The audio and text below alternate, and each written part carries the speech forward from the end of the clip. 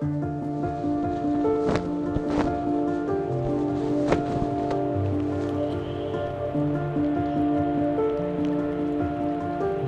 pense que Saguenay va de plus en plus consulter ses citoyens pour son développement.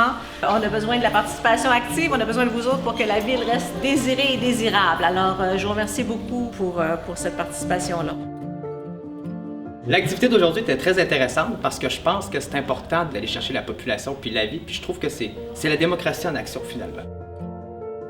De pouvoir dire mes besoins, puis dire mon opinion à ma ville, puis que ma ville en tient compte, puis qu'elle se base là-dessus pour développer ses secteurs puis ses parcs. Fait que finalement, c'est le rôle de la démocratie de consulter la population.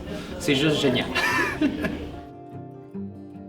Le parent directeur des parcs et espaces verts à Saguenay, c'est un projet qu'on a depuis la fusion, donc depuis 2002-2003. En fait, le plan directeur, pour nous, ça va être un outil pour mieux planifier le développement du réseau des parcs.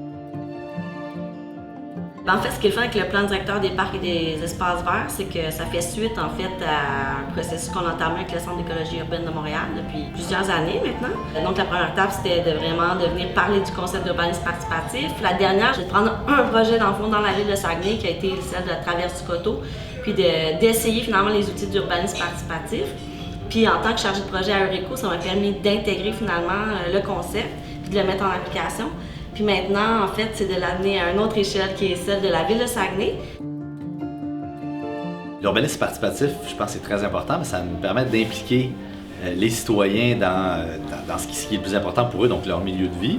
En utilisant l'urbanisme participatif dans le plan directeur des parcs, ça nous permet vraiment d'aller chercher l'essence des besoins de nos citoyens, puis d'orienter nos futurs investissements ou nos orientations et nos actions qui vont être vraiment en concordance avec ces besoins-là. Donc l'urbanisme participatif, pour moi, c'est primordial tant quand on veut faire l'aménagement d'un parc et quand on veut réfléchir l'ensemble de l'interaction entre nos parcs et la nature de nos parcs.